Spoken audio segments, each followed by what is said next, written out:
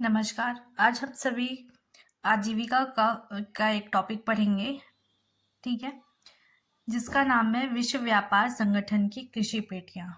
ठीक, कृषि पेटियों से मतलब ये होता है कि जो भी WTO है, world trade organisation, world trade organisation जो होती है, ठीक है, उसकी जो डिक्शनरी है उसमें दी जाने वाली जो छूट होती है, ठीक है, जो भी वो छूट देती है, किस पे?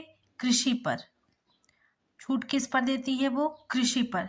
कृषि पर जो भी छूट देती है उसको वो पेटी या बॉक्स के रूप में निरूपित करती है।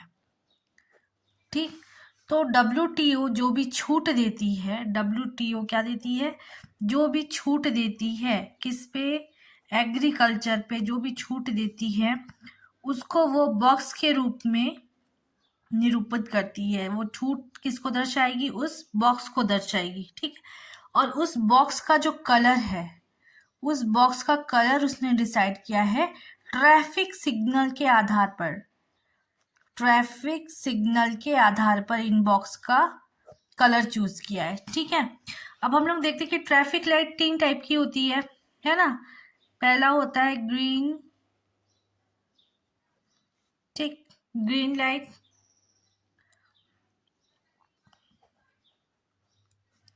दूसरा येलो, ठीक, और तीसरा होता है रेड। तो रेड की जगह पे इन्होंने दिया है ब्लू लाइट। क्या दिया है इन्होंने?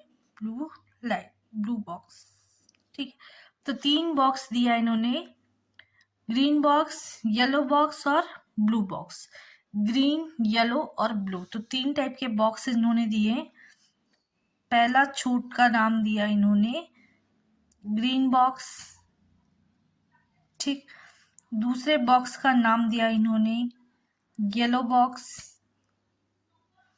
और तीसरे बॉक्स का नाम दिया इन्होंने, तीसरे छूट को दिया इन्होंने ब्लू बॉक्स। तो आइए अब समझते हैं कि ग्रीन, येलो, ब्लू बॉक्स है क्या। ठीक है, तो पहला हम लोग देखते हैं ग्रीन बॉक्स। ठीक, ग्रीन सिग्नल मतलब जिससे कोई आपत्ति नहीं होती है, आप आना जाना कर सकते हो। वैसे ही ये कृषि सब्सिडी को स्वीकृति देती है। तो कृषि सब्सिडी को, सब्सिडी मतलब छूट, ठीक है, छूट को क्या देती है? स्वीकृति देती है। ठीक, क्या होता है कि ऐसे छूट, ठीक, ऐसे छूट, ठीक, या फिर ऐसी वित्तीय सहायता में, वित्तीय सहायता मतलब पैसे, ठीक है, सहायता, जिनसे विश्व व्यापार में कोई भी विकृति नहीं आती है, कोई विकृति नहीं आती है, कोई भी बैलेंस नहीं बिगड़ता है, उसे हम लोग बोलते हैं ग्रीन बॉक्स। ठीक है, इसका नाम ही इसलिए पड़ गया ग्रीन बॉक्स। ठीक, तो ग्रीन बॉक्स में क्या होता है? ऐसा छूट देते हैं, मतलब ऐसे छूट देंगे या आपको पैसे से हेल्प करेंगे, ठीक है, जैसे कि जिससे कि किसी के भी विश्व व्यापार में कोई गड़बड़ी या असंतुलन पैदा ना हो। ठीक है, जैसे कि अपन देखते हैं शोध और अनुसंधान, रिसर्च के लिए अगर मैं कोई छूट दूं, पैसे से कोई हेल्प करूं, तो क्या पूरी दुनिया में उसके व्यापार के लिए कोई बैलेंस बिगड़ेगा क्या? उत्पादन में नहीं बिगड़ेगा। ठीक है, अब रिसर्च जैसे कि मैं अभी मान के चलो मैं मक्के पे करवा रही हूँ, ठीक है, तो मक्का उत्पादन बेचने में कोई प्रभाव पड़ेगा क्या इस पे? ना ही इसमें उत्पादन में कोई प्रभाव पड़ेगा और ना ही इसके विक्रय यानी कि बेचने में कोई प्रभाव पड़ेगा। तो कोई विकृति आई क्या? कोई बैलेंस बिगड़ा क्या इसका? खरीदी बिक्री उगाने में कोई बैलेंस बिगड़ा क्या? तो बैलेंस नहीं बिगड़ा। ठीक है, इसीलिए इसको हम लोग क्या बोलेंगे? Green box. ठीक, ऐसी छूट जिसको देने से जो विश्व व्यापार में कोई भी विकृति पैदा नहीं होती है, कोई भी बैलेंस नहीं बिगड़ता है, उसे हम लोग क्या बोलते हैं? Green box subsidy. ठीक है, यहां तक क्लियर हुआ? ठीक, अब ग्रीन बॉक्स सब्सिडी में कौन कौन आएंगे? ठीक, जैसे कि मैंने बताया, शोध, अनुसंधान, मतलब रिसर्च से किसी का बैलेंस बिगड़ेगा क्या? व्यापार का। ठीक, जैसे कि मैंने बताया कि मक्के पे मैं रिसर्च करवा रही हूँ, तो क्या उसके खरीदी बिक्री उत्पादन में कोई प्रभाव पड़ेगा क्या? नहीं। ठीक, वैसे ही पर्यावरण संरक्षण कार्यक्रम के लिए मैं कोई छूट दे रही हूँ या पैसे दे रही हूँ, तो उस पे कोई उत्पादन खरीदी बिक्री में कोई प्रभाव पड़ेगा क्या? नहीं। तो पर्यावरण संरक्षण संबंधी कार्यक्रम। ठीक है, भंडारण व्यवस्था, भंडारण मतलब स्टोरेज व्यवस्था, भंडारण व्यवस्था। ठीक है, और कीट व रोग नियंत्रण। ठीक है, इनसे कोई भी विश्व के किसी भी कोने में, कोई व्यापार में कोई भी अनबैलेंस कुछ भी नहीं हो रहा है, कोई भी बैलेंस नहीं बिगड़ रहा है, इसीलिए हम लोग इसको क्या बोलेंगे? Green box. ठीक है, दूसरा हम लोग पढ़ेंगे येलो बॉक्स। ठीक, दूसरा है हमारा येलो बॉक्स। येलो बॉक्स, ठीक, पीली पेटी हिंदी में। ठीक, देखो, हाँ, एक चीज बताना भूल गई मैं कि ये ग्रीन बॉक्स में हम आय गारंटी की सुरक्षा देते हैं। क्या देते हैं? आय गारंटी की क्या देते हैं? सुरक्षा देते हैं।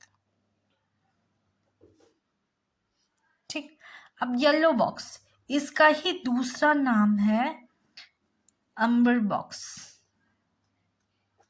इसका ही दूसरा नाम है एम्बर बॉक्स। ठीक है, एम्बर बॉक्स। ठीक, इसमें क्या होता है कि येलो बॉक्स या इसी एम्बर बॉक्स में होता ये है कि किसी भी एक उत्पाद को, ठीक है, अन्य देशों की तुलना में, ठीक है, अन्य देशों की तुलना में, ठीक, अन्य देशों की तुलना में सस्ता बना दिया जाता है। ठीक है, तो इससे क्या होता है? जो वर्ल्ड ट्रेड ऑर्गेनाइजेशन है, यानी कि विश्व व्यापार में विकृति आ सकती है, विश्व व्यापार में विकृति आ सकती है, इसीलिए इसको क्या किया जाता है? सीमित रखा जाता है। किसे? येलो बॉक्स को सीमित रखा जाता है। येलो बॉक्स को सीमित रखा जाता है ताकि वर्ल्ड ट्रेड पर कोई विकृति नहीं आए, कोई बैलेंस ना बिगड़े। ठीक है, कोई बैलेंस ना बिगड़े। ठीक है, जैसे कि फॉर एग्जाम्पल मान के चलो मैंने गेहूं का प्रोडक्शन करवाया, ठीक, और मैंने प्रोत्साहन राशि दी। ठीक है, प्रोत्साहन राशि दी, इंडिया ने आप क्या उगाओ, खूब सारा वीट उगाओ, गेहूं उगाओ। ठीक है, और उसका इतना ज्यादा प्रोडक्शन करवाएंगे हम लोग कि हम लोग इसको आपसे ज्यादा रेट में लेंगे, हम चावल से ज्यादा रेट देंगे गेहूं का, चावल से ज्यादा खरीदी होगी गेहूं का। ठीक है, तो मैं गेहूं के लिए प्रोत्साहन दी, वो ज्यादा से ज्यादा क्या होने लगा? उत्पादित होने लगा। अब ज्यादा उत्पादन हो गया ज्यादा। ठीक, तब मैं उसको बेचूंगी बाहर। ठीक, अब सस्ते में बेचूंगी क्योंकि मेरे पास माल क्या है? ज्यादा है, माल ज्यादा है। तो अब वर्ल्ड ट्रेड में मान के चलो, मतलब पूरी दुनिया में गेहूं का रेट अगर 22 रुपया किलो है, 22 रुपया केजी है, और मैं ज्यादा प्रोडक्शन करवा रही हूँ, मेरे पास ढेर सारा गेहूं है और मैं 12 रुपया केजी में उसको मैं दिलवा रही हूँ, तो यहाँ पे सब गड़बड़ हो गया ना, सब क्या हो गया, बैलेंस पूरा बिगड़ गया, बिगड़ा कि नहीं। ठीक है, इसीलिए येलो बॉक्स को क्या किया जाता है, सीमित मात्रा में रखा जाता है। ठीक, ऐसा कोई एक भी प्रोडक्ट जिसको हम लोग बाकी देश की तुलना में उसको सस्ता बना देते हैं और उसका प्रोडक्शन करवा देते हैं ज्यादा, तो इससे जो बैलेंस है विश्व व्यापार का वो क्या हो जाता है, बिगड़ जाता है। इसलिए येलो बॉक्स को क्या किया जाता है, सीमित किया जाता है, ताकि वर्ल्ड ट्रेड का बैलेंस ना बिगड़े, विश्व व्यापार का जो संतुलन है वो ना बिगड़े। अब इसके अंतर्गत येलो बॉक्स के अंतर्गत कौन कौन आता है, तो येलो बॉक्स के अंतर्गत सरकार द्वारा सभी छूटें आती है। सरकार के द्वारा जितना भी छूट दिया जाता है, सरकार के द्वारा जितनी भी सब्सिडी मिलती है, वो सब किस में आते हैं, येलो बॉक्स में आते हैं। ठीक है, क्योंकि ये उत्पादन में प्रत्यक्ष मदद करते हैं। उत्पादन में क्या करते हैं, डायरेक्ट मदद करते हैं, तो उत्पादन में क्या करते हैं, मदद करते हैं, वो भी कैसा, प्रत्यक्ष। ठीक है, अब देखेंगे कि ये कैसे उत्पादन में, जैसे कि फसल हानि हुई तो मैं उनको क्या दूंगी, फसल हानि हुई तो मैं बीमा का पैसा दूंगी। ठीक है, बाजार टूट गया तो मान के चलो बाजार टूट गया, आपका हानि हुआ है, तो उसमें इनको क्या दे दूंगी, मैं मुआवजा दे दूंगी। हो गया।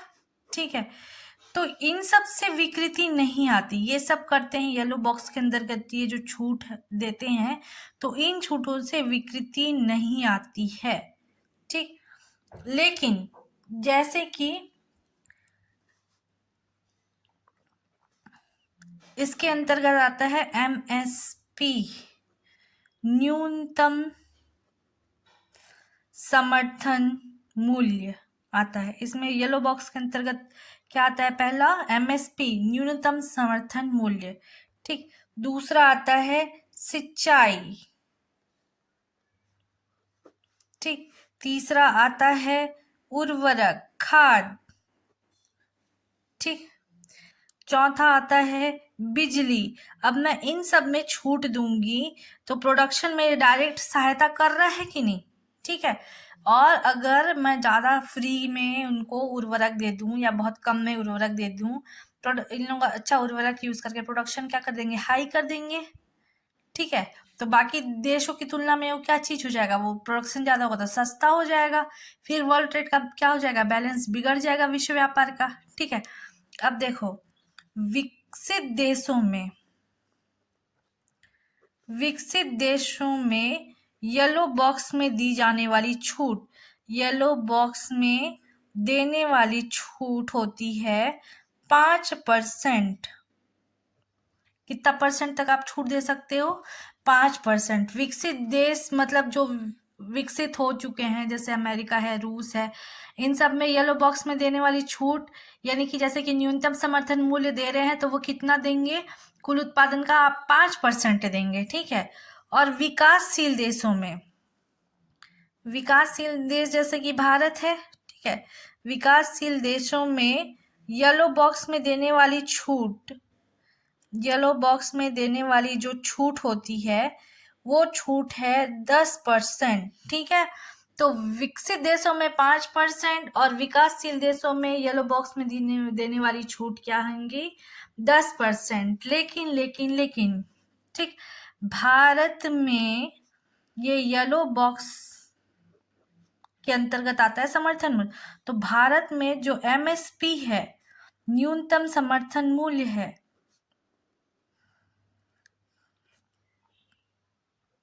ठीक, ये भारत में जो एमएसपी है, न्यूनतम समर्थन मूल्य है, वो 10% से अधिक है। 10% से क्या है, अधिक है। और इसकी क्या चल रही है, जांच चल रही है। कौन कर रहा है, WTO, कि ये येलो बॉक्स में हम आपको 10% देते हैं, आपका तो 10% से ज्यादा हो रहा है, आप न्यूनतम समर्थन मूल्य ज्यादा दे रहे हैं, और ज्यादा किसके चक्कर में दे रहे हैं जी। ठीक है, तो न्यूनतम समर्थन मूल्य 10% से अधिक है भारत में।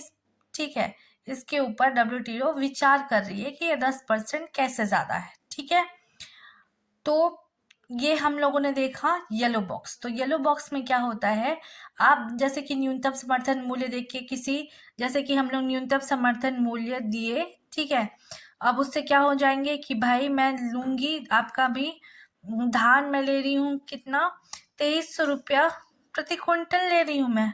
ठीक है, मैं ऐलान कर दी 2300 रुपये प्रति क्विंटल ले रही हूँ। तो इससे किसान क्या हो जाएंगे, किसान को प्रोत्साहन मिलेगा, प्रोत्साहन मिलेगा कि भाई इतना इतना पैसा मिलेगा, इनको क्या हो जाएगा, आय का गारंटी हो जाएगा, आय का क्या हो जाएगा, इनको गारंटी हो जाएगा, आय गारंटी हो जाएगा कि हम लोग 2300 रुपया में धान हम लोग वो करेंगे, मतलब बेचेंगे तो हमारा आय होगा। ठीक है, तो प्रोत्साहित होके क्या हो जाएगा, अब क्या हो रहा है, धान का उत्पादन क्या हो गया, बढ़ गया, धान का उत्पादन क्या हो जाएगा, बढ़ जाएगा, धान ज़्यादा लगाएंगे तो उत्पादन क्या हो जाएगा, ज़्यादा बढ़ जाएगा, तो अब धान क्या हो जाएगा, चावल क्या हो जाएगा, सस्ता। तो अब मान के चलो चीन में और बाकी जगह पे जो चावल का रेट है 10 रुपए किलो है। ठीक है, और हम लोग इतना सस्ता लगा रहे हैं कि हम लोग 2 रुपया केजी में बेच रहे हैं। तो ये बैलेंस बिगड़ा कि नहीं। तो ये जो न्यूनतम समर्थन मूल्य जो छूट जो था 10% से अगर ज़्यादा होगा तो इस तरीके से क्या करेगा, ये प्रभावित करेगा। ठीक, इसीलिए येलो बॉक्स को क्या किया जाता है, सीमित, क्योंकि इसमें आप न्यूनतम समर्थन मूल्य देके उत्पादन बढ़वा रहे हो, उर्वरक में सब्सिडी दे रहे हो, उर्वरक ज़्यादा, फर्टिलाइजर ज़्यादा यूज करवा रहे हो। ठीक है, बिजली में सब्सिडी दे रहे हो तो लोग बिजली का यूज ज़्यादा कर रहे हैं और अपना क्या मशीन वगैरह ज़्यादा यूज कर रहे हैं। ठीक है, तो प्रोडक्शन क्या हो रहा है, ज़्यादा हो रहा है। मतलब कि येलो बॉक्स में जो दिए जाने वाली छूट है उससे विश्व व्यापार में विकृति नहीं आनी चाहिए, इसलिए इसको सीमित करने के लिए विकसित देशों में कर दिया है 5% और विकासशील में कर दिया है 10% से ज़्यादा नहीं होनी चाहिए। ठीक है, इसमें यह भी किया जाता है कि किसान को अगर हम लोग प्रोत्साहन देते हैं किसी भी एक, किसके लिए, उत्पाद के लिए, मान के चलो धान के लिए, ठीक है, अब उसके पास वो प्रोत्साहन हम लोग समर्थन मूल्य दे दिए हैं, अब उसके पास 100 एकड़ जमीन है, 100 एकड़, तो पूरा 100 एकड़ नहीं, उसको कुछ भूमि छोड़नी पड़ेगी कि 100 नहीं, आपको 30 एकड़ छोड़ के आप बाकी 70 एकड़ में क्या करोगे, खेती करोगे, ताकि उसको क्या किया जा सके, लिमिट में रखा जा सके, ताकि वो लिमिट क्रॉस ना हो येलो बॉक्स सब्सिडी की। यहाँ तक क्लियर हुआ। इसके बाद पढ़ेंगे हम लोग का बच गया blue box subsidy. Blue box, ठीक, ब्लू बॉक्स में जो भी सब्सिडी दी जाती है, ठीक है, ब्लू बॉक्स में जो भी कृषि सब्सिडी दी जाती है, कृषि सब्सिडी यानी कि छूट दी जाती है, ये जो छूट होती है वो शर्तों पर दी जाती है, मतलब शर्तों के साथ दी जाती है। ठीक है, बस इतना ही याद रखना है कि इसको ब्लू बॉक्स में क्या करते हैं, जो छूट देते हैं वो शर्तों के साथ में देते हैं। ठीक है, ताकि वो उत्पादन का स्तर क्या कर सके, प्राप्त कर सके, ताकि उत्पादन स्तर क्या कर सके, लोग प्राप्त कर सकें। ठीक, इसके बाद में हम लोग पढ़ेंगे नेक्स्ट भूदान आंदोलन। ठीक, भूदान आंदोलन, भूदान मतलब भूमि का दान, तो भूदान। ठीक, ये आंदोलन शुरू हुआ था 1951 में। कब शुरू हुआ था, 1951 में। ठीक, हम लोग सीधे आ जाते हैं महाराष्ट्र। महाराष्ट्र में के एक पवनार करके एक जगह है, महाराष्ट्र के पवनार के एक संत थे। ठीक, उन संत का नाम था विनोबा भावे, विनोबा भावे। ठीक, इन्होंने क्या किया था, ये क्या करते थे, जो महाराष्ट्र के जो पवनार के जो संत थे विनोबा भावे, ये करते थे, विनोबा भावे जमींदार लोग से जमीन लेते थे, जमींदारों से क्या लेते थे, जमीन लेते थे, और ये जमीन को ये गरीब किसानों को क्या करते थे, गरीब किसानों को बांट देते थे, गरीब किसान को क्या करते थे, ये बांट देते थे। ठीक है, बांट देते थे। ठीक, और कितना देते थे, तो हर एक गरीब किसान को, प्रत्येक किसान को कितना देते थे, प्रत्येक किसान को ये 1 एकड़ जमीन देना कंपलसरी था, 1 एकड़ जमीन देते थे, 1 एकड़ जमीन क्या करते थे, दान में देते थे। ठीक, यहाँ तक क्लियर हुआ। कि भूदान मतलब भू का दान 1951, ठीक है। पहले जमींदारी प्रथा के अंतर्गत बहुत सारी जमीनें किसी के पास थी, जमींदारों के पास, जागीरदारों के पास, ठीक है। तो उनसे वापस लेते थे ये जमीन, ठीक है, जमीन लेते थे और उस जमीन को क्या करते थे, गरीब किसानों को वो दान करते थे और हर एक किसान को 1 एकड़ देना कंपलसरी था, ठीक। तो ये शुरू कहाँ किए थे, तो ये शुरू किए थे तेलंगाना के गोलकुंडा जिला, गोलकुंडा का किला है, ठीक है, गोलकुंडा जिला के पोचमपल्ली से, कहाँ से, पोचमपल्ली से, ठीक। पोचमपल्ली को सिल्क सिटी भी बोला जाता है, पोचमपल्ली को बोलते हैं सिल्क सिटी। इसी सिल्क सिटी पोचमपल्ली से इन्होंने भूदान आंदोलन कार्यक्रम शुरुआत की, ठीक। अब इनकी समाधि बनी हुई है पवनार में, वही पवनार, पवनार में इनकी क्या बनी हुई है, समाधि बनी हुई है, ठीक है। इनको टोटल 40 लाख एकड़ से अधिक भूमि मिली, 40 लाख एकड़ से अधिक भूमि मिली, एकड़ से अधिक भूमि मिली, जिसको इन्होंने क्या कर दिया, दान कर दिया, ठीक है। ये भूदान जो आंदोलन है इसको रक्तहीन आंदोलन भी बोला जाता है, रक्तहीन आंदोलन या रक्तहीन क्रांति कहा जाता है, क्योंकि इसमें कोई रक्त नहीं बहा था। भाई ये संत थे, ठीक, संत थे, विनोबा भावे, जमींदार लोग से जमीन लेते थे, गरीब किसानों में बांट देते थे, हर एक किसान को 1 एकड़ देते थे, ठीक। कहाँ से शुरुआत किए थे, तो ये तेलंगाना गोलकुंडा जिला के पोचमपल्ली से शुरू किए थे, जिसे कहा जाता है सिल्क सिटी। अब इनकी समाधि बनी है पवनार में, और कितना इनको टोटल जमीन मिला था, तो 40 लाख एकड़, ठीक है। और हर एक किसान को 1 एकड़ ये क्या करते थे, दान करते थे, ठीक है।